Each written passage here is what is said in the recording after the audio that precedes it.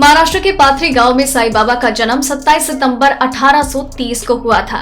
साईं के जन्म स्थान पाथरी पर एक मंदिर बना है। मंदिर के अंदर साईं की आकर्षक मूर्ति रखी है। ये बाबा का निवास स्थान है, जहां पुरानी वस्तुएं जैसे कि बर्तन, घड़ी और देवी देवताओं की मूर्तियां हैं। सबका मालिक एक। क्या साईं बाबा सच में भगवान थे या वो ढोंगी थे?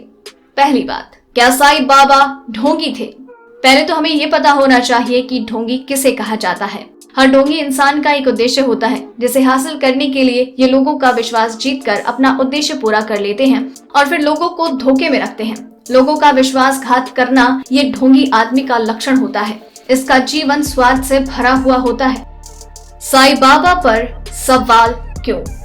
लोगों द्वारा ज्यादातर यही कहा जाता है कि साईं बाबा का असली उद्देश्य एक विशिष्ट धर्म का प्रचार और प्रसार करना था। धर्म को बदलना, बढ़ावा देना, ललचाना ही। इसलिए ऐसे सवाल बड़े बड़े तर्कशास्त्री लोग उठाते हैं। चमत्कार को न मानने वाले यानी कि वैज्ञानिक साईं बाबा को हाथ चालाकी करने वाला जादूगर कहते हैं, जो जादू दिखाकर लोगों को भ्रमित करता था। इन सवालों के जवाबों से वाद विवाद उत्पन्न हो सकता है, इसलिए इनके जवाब नहीं देंगे।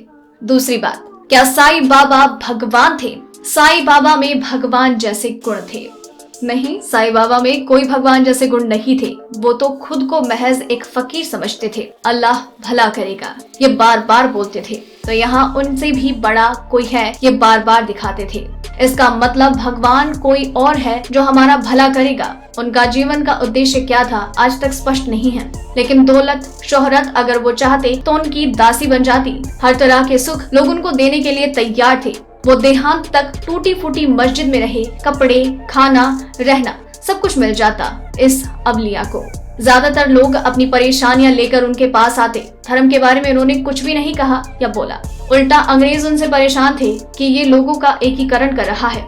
उन पर इल्जाम लगाने के लिए कारस्थान रचे गए। उस वक्त उनके चाहने वालों की कमी नहीं थी और उन पर जलने वालों की भी नहीं। अगर वो कुछ ढोंग करते तो जलने वाले सबूत के साथ समाज में पेश करते। आदमी की मानसिकता ऐसी है कि वो अच्छाई से पहले बुराई पर ज्यादा विचार करता है।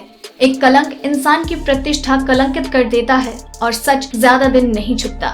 साईं बाबा का एक बुरा विचार भी उन्हें सवालों के घेरे में लाता था। ढोंग तो बहुत दूर की बात है, चलो चमत्कारों को हाथ चालाकी मानकर छोड़ दिया जाए, लेकिन वो आदमी जिया कैसे, मरा कैसे, मरने के बाद उसके पास क्या था, क्या मिला, सब कुछ बाहर आ जाता है।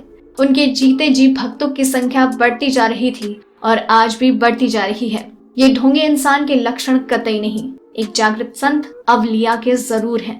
साईं बाबा के बारे में ये जानकारी आपको कैसी लगी, हमें नीचे कमेंट सेक्शन में जरूर बताइएगा। और आप तक ऐसी और भी कई जानकारियां हर रात 9 बजे यूं ही पहुंचाते रहेंगे, इसलिए चैनल के साथ बने रहिए। सब्सक्राइब करें हमारा चैनल ऐसी ही लेटेस्ट और इंटरेस्टिंग न्यूज के लिए।